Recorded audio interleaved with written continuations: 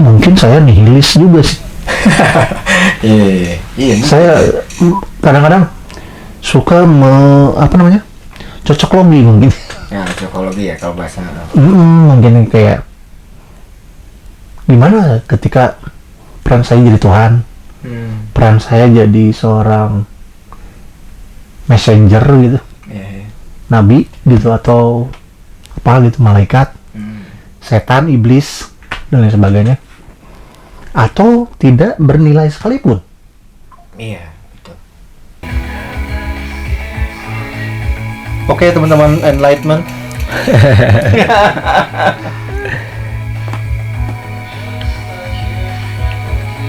Cakep nih.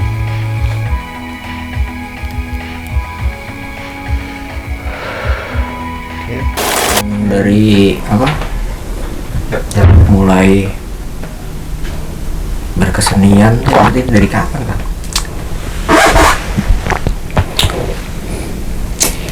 Dari kapan ya? Patokannya dari mana ya?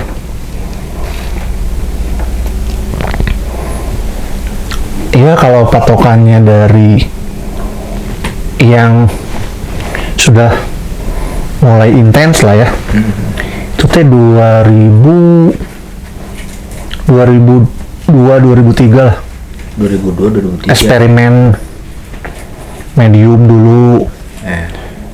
Terus saya ketemu kertas mau diapain. Terus saya ketemu spidol mau diapain. Oke. Itu yang paling awal sih. Berarti pasca lulus di Sebelum lulus. Masih jadi mahasiswa. Berarti kalau menemukan formula itu tuh kan Kang Aming terkenal dengan tinta Cina kan gitu ya. Itu kapan? Iya, dari situ. Oh, dari tahun itu. Kalau terkenal dalam arti saya sudah terbiasa dengan medium itu mah kayaknya udah beberapa tahun kemudian. Soalnya kan awal-awal itu mah memang sebetulnya pelarian lah. Saya dari dulu pengen jadi pelukis. Oke. Ternyata jadi pelukis riut. Maksudnya riut effortnya panjang lah. Besar. Terus entah ya, waktu gitu saya diketemukan lagi sama komik. Oke. Komik ilustrasi. Terus yang lucunya lagi bukan komik-komik yang mainstream. Oke, kayak gimana berarti itu? Ya, komik-komik wayang. Oke. Komik lokal lah ya. Ya, era-era itu kan hitam putih ya. Iya. Terus yang lucunya lagi saya banyak menemukan teknik-teknik yang sangat konvensional dalam menggambar Di si komik-komik itu. Nah, di luar itu saya ketemu dengan komik underground, tapi memang tidak cukup banyak orang yang intuin di situ pada saat saya kuliah. Jadi susah cari referensinya. Cuma beberapa lah. Oh, komik underground yang ada di tahun 70-an ada apa? Tokonya siapa? Tahun 80 siapa? Tahun 90 siapa? Itu susah untuk sharing, ketemu sama teman-teman yang satu visi. Ya minimal menyukai juga susah ya. Menyukai, dan rata-rata lagi-lagi ya, bukan lucu juga sih sebetulnya, tapi kebetulan lah visual yang diperlihatkan memang kebanyakan hitam putih. Ya, betul. Terus ketika kebutuhannya diaplikasikan ke medium yang lebih lain, misalkan dibukukan jadi sebuah majalah, itu juga sama, mereka tidak mengurangi value dari si hitam putihnya itu. Oke. Nah asiknya justru bahwa balik lagi ya kalau ngobrolin teknik tuh, saya justru lebih menarik kayaknya ya Oke. menemukan lagi teknik-teknik purba, Dua, iya. teknik purba gitu. Ada yang pakai nggak tinta Cina aja, banyak macam. Nah makanya dari situ saya mulai explore lah.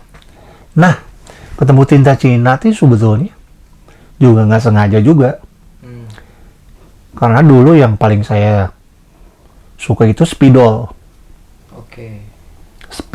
sama drawing pen lah, turunan-turunannya gitu. Ketemulah tinta Cina. Nah tinta Cina kan effortnya lumayan ya, dia harus ada medium lain, Oke. itu kuas.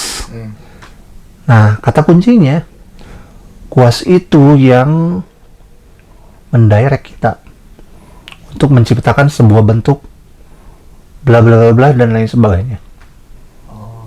Oke. Si kuas itu ya. Kuas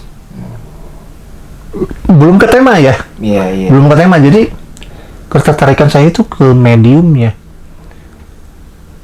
Ini bisa digimanain ya, kertas bisa digimanain ya, walaupun pada saat itu juga kebanyakan kertas yang saya pakai kertas bekas. Oke. Ya bukan baru gitu betul. Bukan baru, malah banyaknya nyolong. Contoh gimana maksudnya? Iya misalkan ke kosan teman, Oh, ada bekas kertas di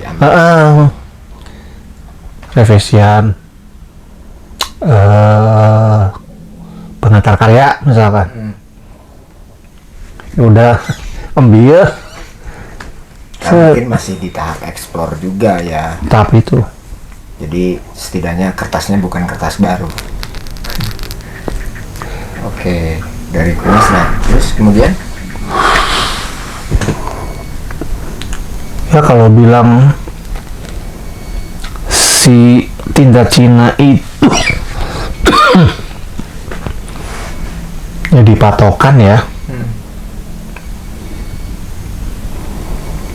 mungkin di 2004-2005 lah Mulai mediumnya pakai itu.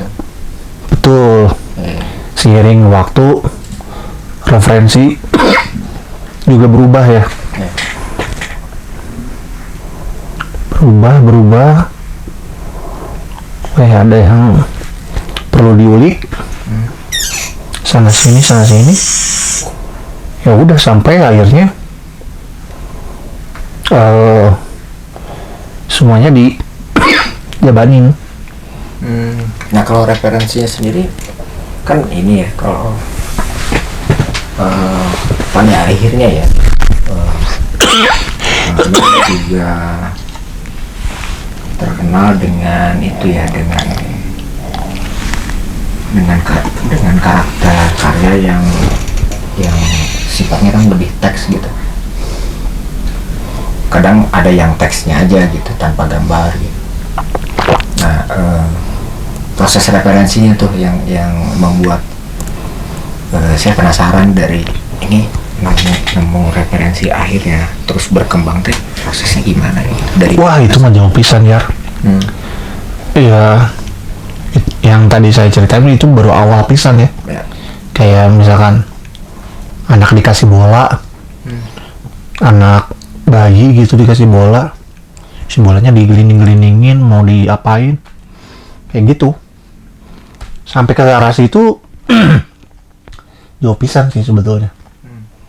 Tapi yang satu yang saya lihat perkembangannya adalah saya tuh, maksudnya kata kuncinya kenapa saya berkembang sampai sejauh itu, karena saya sering disamain dengan orang lain. Pada saat itu udah mulai belasan lah ya. Oke. Saya sering disebut Raymond Pediponnya Indonesia lah. Oke. Terus ini mah yang ada di cover Sonic Youth lah. Iya, iya. Kayak gitu udah yang Pada saat itu responnya tuh begitu ya. responnya pas begitu, dan itu berlarut terus Oke. gitu. Jadi saya teh bosen Iya. sampai akhirnya satu titik yang tadinya saya cukup menyederhanakan tentang teks itu ya. Jadi sebatas apa ya, kayak conversation gitu, Oke. komunikasi dua figur, selesai. Nah, saya kembangin lagi dengan angle yang berbeda gitu. Oke. Angle yang berbeda apa? Kurang lebih menyajikan macam-macam sih. Pendekatannya ada yang sangat komik, Iya. sangat komik memang. Ya komik kan begitu ya. Iya. Menceritakan tentang adegan Ya tipikal gitu ya. atau apa namanya? Sequel gitu. Atau absurd sekalipun. Iya. Saya cobain terus. Oke. Nah, sampai satu titik di 2000 berapa ya? Udah belasan sih. Saya lupa ininya. Ternyata saya seneng. Dari dulu tuh memang bahasa Indonesia. Teks yang dibangun dalam karya saya itu. Oke. Kalau disadari lagi gitu ya, pada saat itu teh ini orang teh bahasa Indonesia unggul gitu. Oke. Kenapa? Nggak tahu. Konsumsinya kali, konsumsi Ah, keseniannya atau apa ya? Saya juga bukan orang yang sangat memperhatikan dunia sastra gitu. Atau pembaca novel gitu. Iya. Nggak juga. Itu mah tiba-tiba aja gitu. Iya. Tapi at least yang saya paling ingat itu adalah saya senang musik. Oke. Saya senang musik, dan mulai dari itu saya ingat juga musik yang saya konsumsi juga mulai berapa ya? Mulai mencair. Berbeda dengan mungkin zaman-zaman kita remaja ya. Kita lebih melabelkan nya urang mah barudak ieu gitu. Ya. Nah, sekarang mah saya lebih menikmati bahwa musik yang saya nikmati ya apa yang saya Senang. senangi gitu. Oke. Dan mayoritas berbahasa Indonesia itu. Enggak juga, Enggak juga ya. tapi ada beberapa bagian yang bahwa yang saya dengarkan era-era itu bahasa Indonesia mulai menyadari ada hal-hal baru yang saya temukan tentang diksi gitu, Iya, iya, iya. perumpamaan, metafor, Iya, iya. rima, terus apa lagi ya? Pokoknya struktur tentang penulisan lirik lah, atau sajak atau puisi, Ya. apapun itu. Tiba-tiba gitu aja. Berjalan secara natural aja. Nah, makanya kata kunci bahasa Indonesia itu menjadi sesuatu hal yang menarik yang saya ingin bongkar pasang di dalam penyajian Karya-karya si teks teksnya itu ya. di dalam karya saya gitu. Ya dalam kondisi apa ya? Dalam asumsi gini lah. Gambar saya mah sudah semuanya juga udah pada tahu ya. Maksudnya oh ini teh gini, asumsinya begini. Nah, tapi teksnya kieu nya. Ya itu yang akhirnya seringkali kan mengecoh. Nah, ada mungkin ya ada sebuah motivasi bahwasanya karena saya ingin membuat value baru gitu. Disisipkan hal-hal yang sifatnya menggugah, mungkin ya syukur yang tergugah, yang enggak gitu. Kalau disebut puitis juga enggak juga. Nah, saya bukan penyair gitu. Terus disebutnya apa berarti kalau harus? Ya saya mah perupa. Kalau untuk itu ya, untuk urusan ketika mulai beli, teksnya puitis. Menurut Kang Ameng sendiri yang lebih cocok apa berarti? Bebas itu mah. Tergantung orang yang ini aja. Interpretasi. Tapi kalau yang karyanya kemudian berbarengan nih, ada ilustrasi dan ada teksnya itu, formulanya selalu berhubungan gitu, atau teks dan ilustrasi kadang gak nyambung sama sekali? Bisa dua-duanya. Kenapa tuh? Ya nggak kenapa-napa juga. Saya sering memimpikan banyak kejutan gitu di karya saya gitu. Oke. Kumanya lamun gambar lagi tapi teks lagi berbeda satu sama lain, dan ya nggak usah harus pretensius mengharap publik harus tahu juga gitu, karena itu mah ada Ekspresi aja. ekspresi aja. Nah, mengenai ekspresi ini, jadi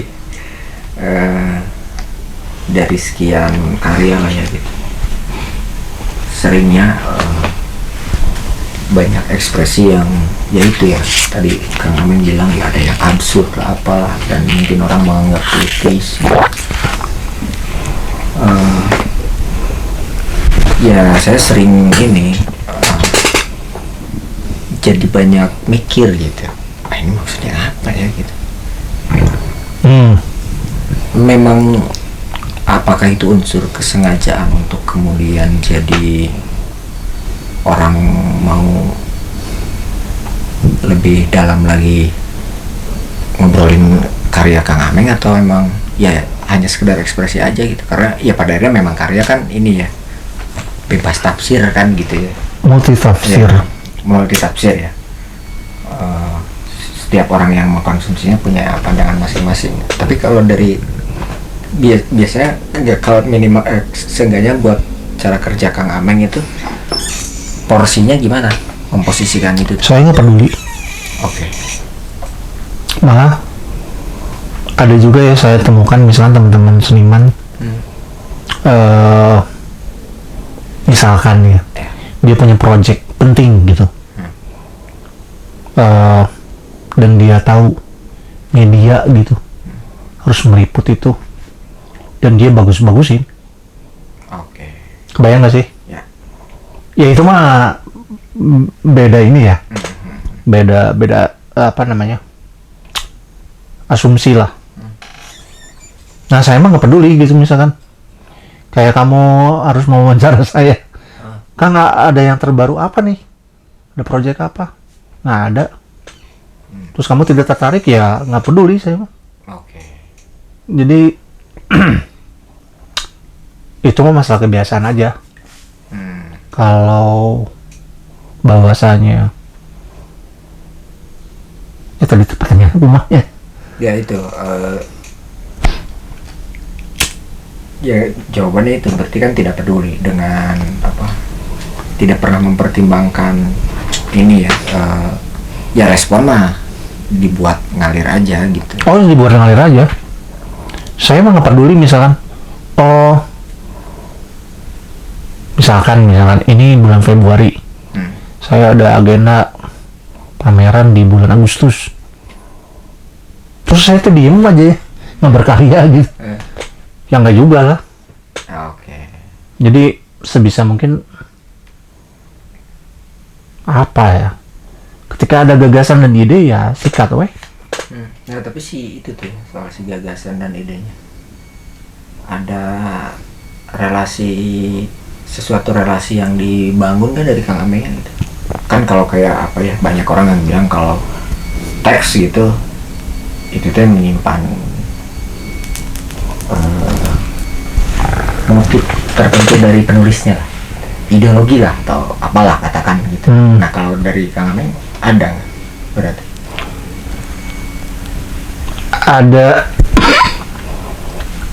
Ada yang ada yang enggak. Gimana ya? Kalau yang nggak ada nih, misalkan kayak gimana? Ya saya nggak berpikir apa-apa. Oh, oke. Bikin aja. Mungkin saya nihilis juga sih. Iya. Saya kadang-kadang suka cocok logi mungkin. Ya, psikologi ya kalau bahasa. Mungkin kayak gimana ketika peran saya jadi Tuhan, peran saya jadi seorang messenger gitu, nabi gitu, atau apa gitu, malaikat, setan, iblis dan lain sebagainya, atau tidak bernilai sekalipun. Iya, betul. Gitu. Saya bisa mendirect diri saya sendiri gitu. Siapa yang harus mengontrol itu saya? Gak peduli. Remblong gue. Memang begitu berarti. Memang begitu. Saya tidak perlu harus mempertimbangkan Apapun gitu. apapun, termasuk ideologi tentang yang berpikir tentang filosofis Tuhan, keagamaan, atau sistem korporat, kapitalis, dan lain sebagainya lah. Saya nggak peduli. Meskipun ada resikonya. Resikonya apa ya? Ya ketika mungkin ya, saya nggak tahu ya, mungkin pernah kejadian atau gimana, tapi misalkan gitu ketika Ameng menuliskan sesuatu apapun gitu, misalkan bentuk protes bagi orang yang membaca, Nggak peduli. nah ya meskipun efeknya ada resiko gitu, cuek aja. Cuek aja, saya nggak pernah ngebunuh. Santai, weh. Oke. Saya pikir seni adalah media gitu. Ya. Dia manuvernya bisa menjangkau apapun. Gitu. Jadi kita nggak perlu takut juga. Apa ya, senihil apapun itu semuanya bisa kita kupas nilai. Esensinya seperti apa sih sebetulnya? Saya pikir kayak gitu. Mungkin ya. Makanya mungkin ya saya tidak sebrutal seniman siapa misalkan ya, Bubsik misalkan, atau siapa gitu. Dengan seni saya percaya saya bisa membawa banyak pesan gitu. Nah, pesan ini yang mungkin saya percayai juga, yang akhirnya itu memotivasi saya menjadi seseorang yang mungkin berguna bagi halayak yang lain. Setidaknya bagi penikmat karya Kang Ameng. Misalkan, ya saya juga tidak pretensius saya ingin seperti Ustadz ya. Wah, saya udah kaya tuh jadi Ustadz mah. Iya, banyak. Jadi politikus. Enggak juga sih. Iya kan, kata-katanya juga banyak yang menggugah gitu.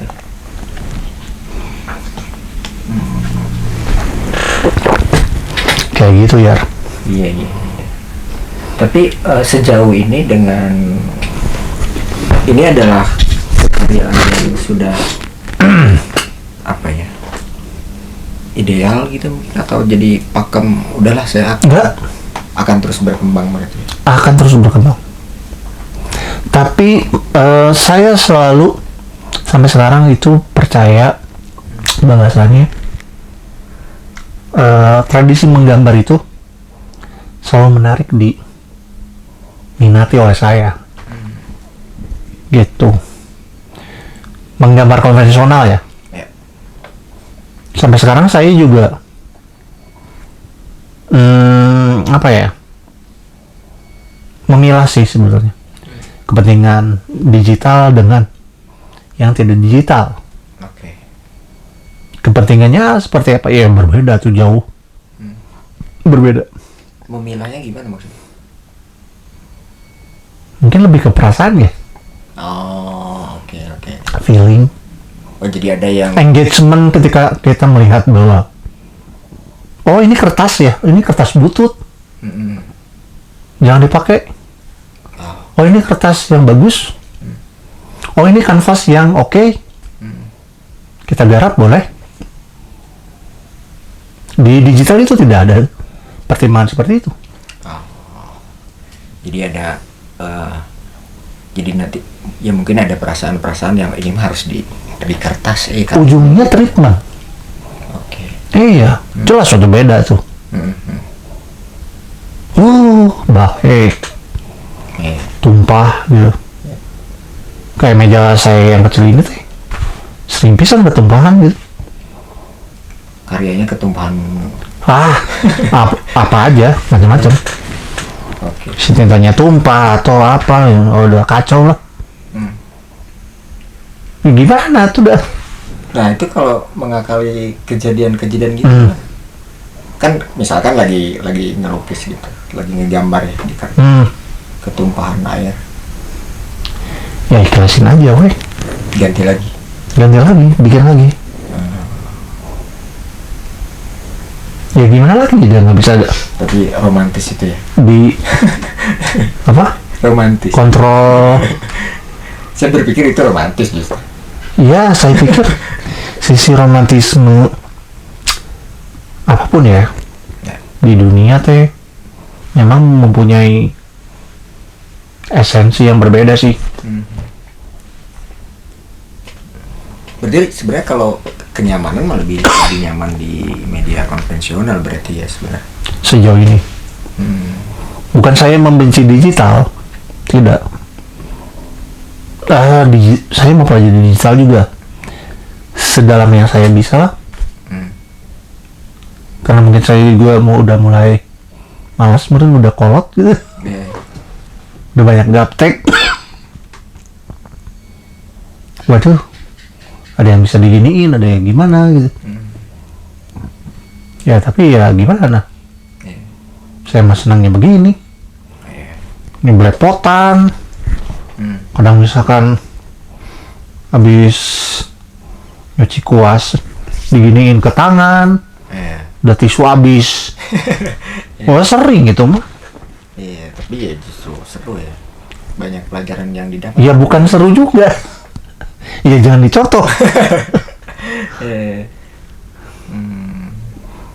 Jangan dicontoh juga lah. Ya harus sebisa mungkin mah ya seniman apa ya,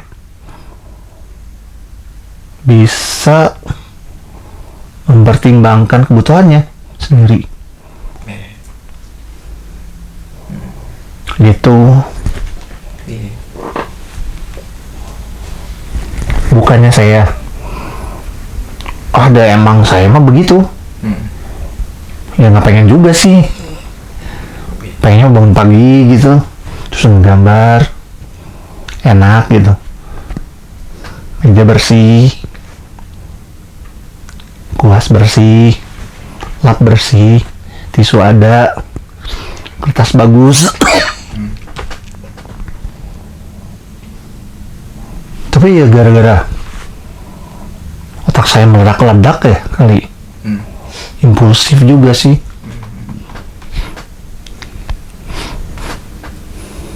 Ada ini bikin, ada ini bikin. Ya makanya saya nggak peduli misalnya besok, nggak peduli apa namanya, besok kuliah pameran atau gimana, nggak peduli. Berkarya weh. Ngasih ledakan itu tuh Bang, yang saya selalu penasaran dengan ledakan-ledakan dari seorang seniman gitu. Ya pasti berbeda-beda kan gitu, setiap ledakan. Ya meskipun juga pasti banyak lah ledakannya, sumbernya lah gitu ya, tapi proses kurasi ledakannya itu gimana? Ada? Bukan proses kurasi kali ya. Jadi ledakan mah diterima aja, ditumbahkan Betul. Oke. Ya itu mah kita tampung aja. Oke. Seniman mah tinggal memfilter bukan mengkurasi kali ya. Memfilter ya. Ya memfilter sih. Sesederhana misalkan Lihat apa gitu ya. Si Prabowo ternyata begini ya, bla bla bla bla dengan bahasa saya. Dengan catatan tulisan aja. Nah nanti ketika saya buka lagi, saya mengartikulasikan lagi Dengan asumsi yang ya. saya kembangkan di hari itu gitu. Outputnya juga ya nggak tahu apa. Outputnya beda lagi. Kayak gitu. Nah ini contohnya kayak gini. Ini yang terbaru gitu. Enggak. Ini yang dulu-dulu. Jadi bukan tulisan aja. Bisa dilihatin ke depannya. Tapi ini mah catatan ini ya. Catatan kuliah ini mas dulu. Mana Ini ya? salah satu ininya ya. Metode. Misalkan apa kayak gitu. Saya bikin doodling, Iya. bikin teks juga.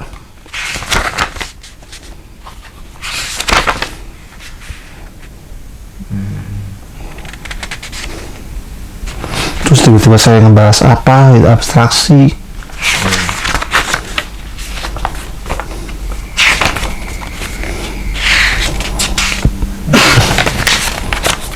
Bagi saya menggambar itu sesuatu hal yang nggak pernah susah ya. Harus dikerjakan gitu. Ketertarikan menggambar sendiri, kesadaran tertarik menggambar kapan?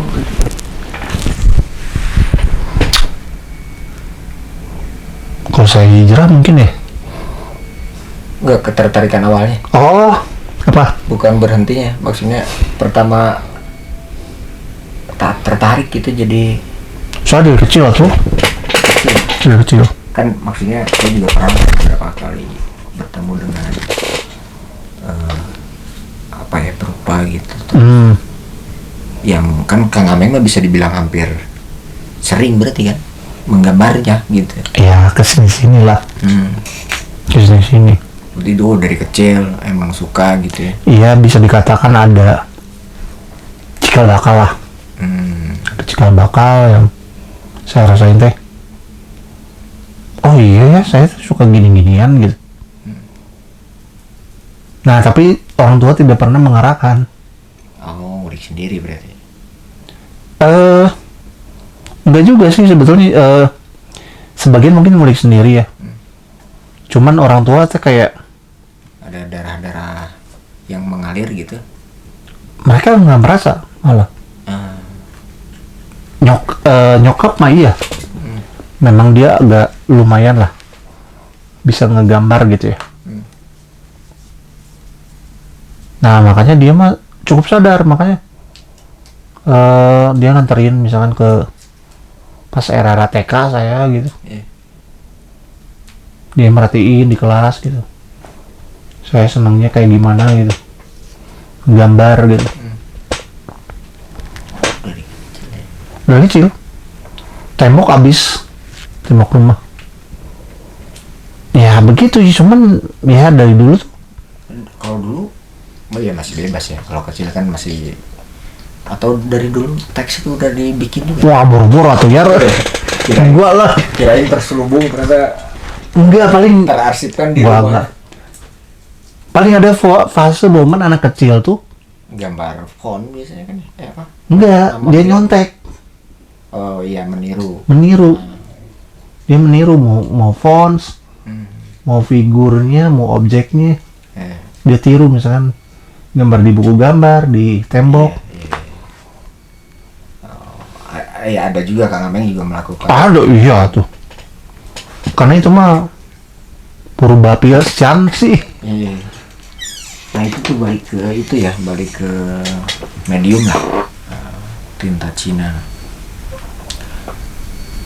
Pada akhirnya menurut Kang Ameng, mengapa itu penting jadi medium Kang Ameng? Apa tuh? Kesederhanaan sih ya. Tinta Cina itu yang saya kenal dari awal memang baru hanya sebatas permukaannya aja lah. Oke.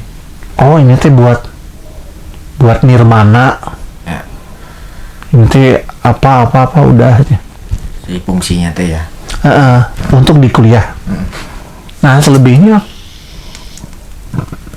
saya lihat kan orang-orang yang menggemari, yang suka bikin apa, kaligrafi ya, Oh iya, kaligrafi Cina gitu.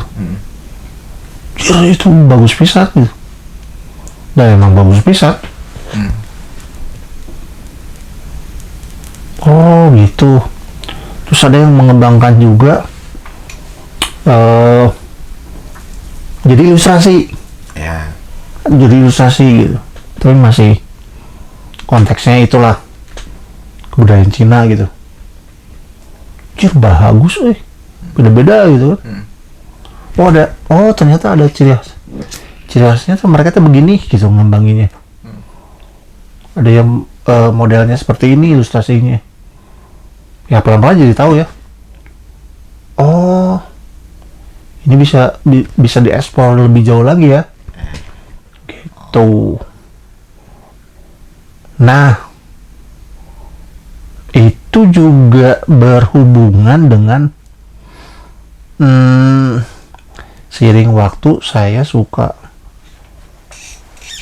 orang-orang yang menggunakan tinta Cina atau tinta, misalkan ada tinta Indian, ada tinta apa lagi, macam-macam, banyak banget senimannya gitu maksudnya. Ya udah saya lihat satu-satu, beda-bedanya gitu, si tekniknya, caranya gitu, dan bagaimana si tinta itu juga menghidupkan karakteristik ilustrasi yang dibikin si senimannya gitu di atas kertas. Itu juga beda-beda ya. Nah itu Kang, maksudnya kemudian kan ya saya nggak terlalu tahu variasi warnanya ya, cuman kan nggak banyak kan ya. Apa teh? Warnanya kan Karena emang hitam itu doang. doang dia. Kemudian kan jadi bisa bernyawanya ini nih gitu. Nah saya juga nggak tahu itu teh. Saya juga sama. Sampai sekarang juga masih bingung. Kalau untuk karya sendiri mungkin susah nih menilainya. Susah menilai. Nah kalau Susah menilai. Karya-karya hasil tinta Cina yang Kang Ameng lihat itu kenapa bisa bernyawa tuh bisnya? Mungkin juga ini. Ya beda-beda genre kali ya. Ada yang realis, ada yang semi realis, ada yang wah macam-macam. Nah sedangkan kan aku pendekatannya lebih dekat sama ilustrasi yang dekat sama komik. Kalau sama komik malah simple lah ya, nggak terlalu rumit gitu, main gelap terang, terus tekniknya kayak yang biasa dilihat di Cina gitu, nggak sejauh itu.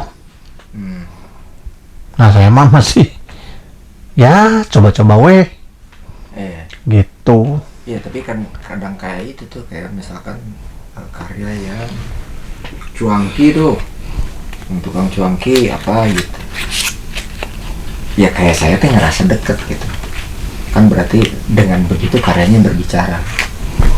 Nah, mungkin juga saya akhirnya memilah kepentingan medium dengan tema. Dari tadi kan medium ya, atau material gitu. Nah, dari kapan ya? Saya udah mulai sadar. Wah, kalau saya harus ada konten gitu, harus ada isinya. Nah, makanya jadi sebetulnya si tinta Cina ini tuh sebagai jembatan aja. Akhirnya saya juga nggak terlalu peduli mana atau misalkan ada apa mazhab gitu ya, misalkan pakai tinta Cina malah kudu realis gitu. Enggak juga gitu. Ya itu buat treatment bagaimana kita sebagai orang kreatif mendelegasikan ide dan gagasan itu di atas media. Bisa dibilang si tema ini yang bisa menguatkan si Justru yang kebetulan medianya mah si tinta Cina ini. Betul. Tapi kalau misalkan karya Kang Ameng dengan tema A tapi tidak dieksekusi dengan tinta Cina, apa yang terjadi? Misalkan pakai apa? Biasanya pakai apa ya? Yang tidak pernah, yang jarang dilakukan apa? Medium spidol masih apa ya? Apa ya? Enggak sih. Belum pernah sih. Belum pernah ya? Oh, ya pasti dengan itu ya? Ya pasti mau pakai akrilik atau spray atau apa atau saya misalkan kayak mural gitu. Gua mah ada pasti milih tinta akrilik berbasis eksterior. Udah pasti gitu. Yang masih gimana eksterior teh? Ya, yang masih berdekatan gitu maksudnya berarti. Iya kan itu kan base-nya water gitu kan, air gitu. Liquid. Pakai apa? Kuas. Selama itu pakai itu mah aman sih. Berarti memang belum pernah nyoba ya ketika tema ini dieksekusi dengan medium yang katakanlah berbeda gitu. Spray mungkin belum pernah sekalipun ya bikin orang pakai cat semprot gitu. Belum pernah ya. Dan emang gak akan nyoba juga gitu apa gimana? Nggak cocok. Soal cocok nggak cocok itu? Iya kan udah, maksudnya di kelas saya sekarang mah udah punya pakem. Ini nggak enak soalnya minta yang ini aja, pokoknya minta yang ini aja. Itu udah gitu. Iya udah. Ya lu nggak mau ribet gitu. Iya. Lu mau karya gue ya ini mediumnya misalnya. Bener. Berarti termasuk itu juga ya, termasuk ke soal kolaborasi gitu kan, kayak kalau band A minta ilustrasi ke Kang porsinya gimana biasanya? Diberikan ke Kang Amengnya atau memang ada negosiasi dulu? Negosiasi tetap. Porsinya mau kayak gimana dulu?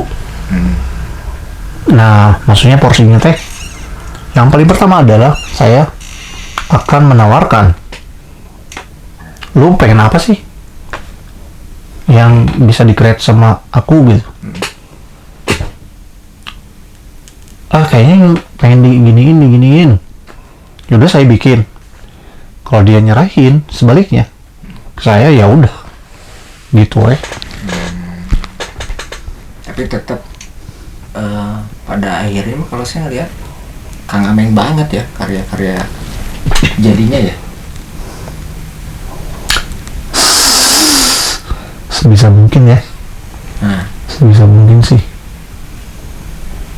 Ya itu yang dicari mungkin bagi teman-teman sebagian gitu ya. Ya ketika ketemu kolaborasi ya. Ketika mengajak Kang Ameng dia sudah tahu bahwa karakternya begitu. Ya betul. termasuk tentang mendelegasikan win-win solution atau deal with it-nya, harga dan lain sebagainya juga, itu juga pengaruh. Oke. Pengaruh ke outputnya Pak? Gimana Mas? Ya output Kualitas. enggak juga sih. Enggak kan, kualitas mah misalkan ada band, Enggak. kan, tetap akan dikerjakan semaksimal mungkin. Ya kalau deal Ah, misalkan ya setiap festival kan punya rate kan, ya. punya rate. Oh kalau nggak dia mah ya nggak dikerjain gitu. Ya nggak dikerjain, ngapain juga. Berarti nggak ada solusi gitu. Ya nggak ada solusi, itu kumaha tuh. Misalkan miskin gitu si si bandnya juga nggak punya duit gitu misalkan. Kalau misalkan band ya. Terus akunya suka gitu, Ah kalau gitu, oh nggak apa-apa ya karena suka. karena suka, beda lagi. Jadinya bukan dealing soal itu ya. Heeh. Oh, Jadi karena saya suka, jadinya itu dikesampingkan. mungkin itu dikesampingkan dulu, Oke. tapi mungkin ada pengondisian lagi lah. Gitu, misalkan kayak apa ya, paling sederhana misalkan ini buat merchandise, suka ini bikin dulu sesi satunya, kalau sesi 2 bisa nanjak ke sesi 2, saya minta royalti dong. Oh ada itu. Misalkan kayak gitu. Ya, ada kebijakan itulah berarti. Ya iya tuh, masa lu gratisan, gue juga udah pengen makan lah tuh. Tapi lumayan berpotensi diculasin juga itu. Oh sering Serius. sering lah. Iya kan itu berpotensi ya. Ketika apa? Ya katakanlah yang deal merchandise tapi udah sok lah nggak apa lah, nggak dibayar dulu gitu. Ntar aja kalau ternyata responnya bagus, Oh. tak lagi baru saya minta royalti. Lapor. Ternyata nggak lapor gitu nggak? Oh, belum pernah sih. Gak selalu fair ya. So far mah, so Selalu fair. ini. So fair. Ya cuman ada beberapa lah peristiwa-peristiwa yang damangnya diproduksi royalti nggak ada gitu. Ya ada aja. Tapi ya gimana ya, Resiko gitu. resiko lah. Oke. Oh itu ya berarti. Makanya saya nggak kayak juga begitu. Ya bisa jadi ya. Tapi kan punya produk sendiri, harusnya bisa kaya dengan produk sendiri. Sampai sekarang sih si produk sendiri kan saya jalannya sendiri ya. Game atuh ya, saya kondisiin saya sendiri terus. Iya harus ada ini ya, harus. Ya mindsetnya memang harus dirubah. Gitu. Ini masih mindset murni seniman kali ya. Mungkin ya. Ya maksudnya kalau misalkan berbicara tentang artis merchandise, Harus ada sisi bisnis misalkan gitu. model bisnis lah paling minimal. Kita mikirin konsep model bisnisnya kayak gimana nih. Itu strateginya kayak gimana nih. Manajemen, marketing, apa. Kan aing melirnya. Jadi berkarya we terus ya. Berkarya terus, kadang-kadang ngedesain we terus sangana beuteung. Berikut tepayu. Itu. Dan tepayu juga cuek ya. Apa Ya enggak? bukan cuek atuh. Kan produksi juga harus dibayar ya. Iya. Boncos. Ya tapi di satu sisi juga tetap harus berkarya dong. Ya makanya kalau ini boncos ya saya harus kemana lagi coba. Bingung. Nah, yang saya rasain tuh seperti itu gitu. Iya. Ya, itulah dinamika, atau itu memang dinamika seniman di Kebanyakan digital. ya bukan masalah idealis sih sebetulnya. Bukan hanya masalah idealis aja, tapi saya pikir ya seniman juga manusia ya. Ya dia juga punya manuver yang berbeda-beda untuk caranya bertahan, mencari pekerjaan sampingan dan lain sebagainya. Termasuk mungkin saya mengelola si bisnis sampingan artis merchandise, yang saya pikir itu tidak semudah yang saya pikirkan. Anjing gelo kurang teh gitu ya, tapi gimana ya,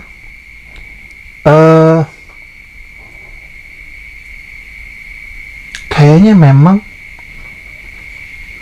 butuh banyak kolaborasi sih intinya gitu, dengan banyak teman, atau mungkin kita ketemu partner yang tepat, yang pas, dan kita menentukan visi misinya juga jelas. Ya saya pikir itu bisa jadi efektif gitu, jalan yang bakal nanti kita iniin gitu, mudah-mudahan ya. Nah sejauh ini saya juga lagi menjalankan lagi sih model bisnis yang mungkin nih rada berbeda dengan yang sebelumnya, tapi masih berdua lah. Saya ketemu partner gitu loh, modal kecil-kecilan ya, jalan juga masih tersungkur-sungkur, tapi ya nggak apa-apa.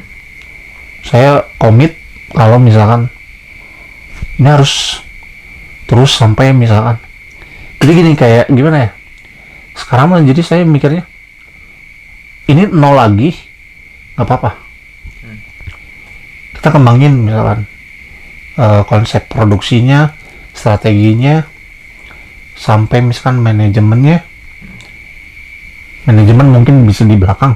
Maksud saya teh kayak misalkan yaudah kita andelin e-commerce, nah nanti setelah ada e-commerce saya pengen ada website misalkan, yaudah gitu-gitu aja gitu. Ada uang lebih, website strategi gitu, kayak gitu. Soalnya karena ya sekarang mah percepatannya, jadi dagang juga udah susah yang kita ngandelin organik yang kita mah organik weh yang kayak dulu gitu. Gitu, nawar-nawarin gitu ke orang-orang. Sekarang mah nggak gitu. Nah saya pengen ngajar itu sih, gitu. Kalau masalah konsep produksi mah bisa dipegang lah. Ya nggak jauh berbeda dengan yang sudah juga ya. Iya. Tapi kualitas mulai dikaji ulang lagi sama saya gitu. Kayak gitulah. Oke, ini nih dari obrolan sana sini ya, dari ledakan, dari banyak hal.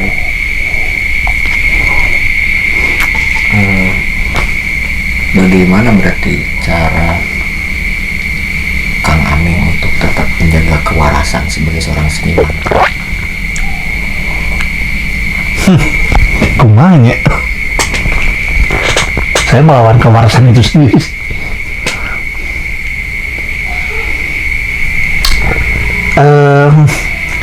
Ya dalam arti apa ya,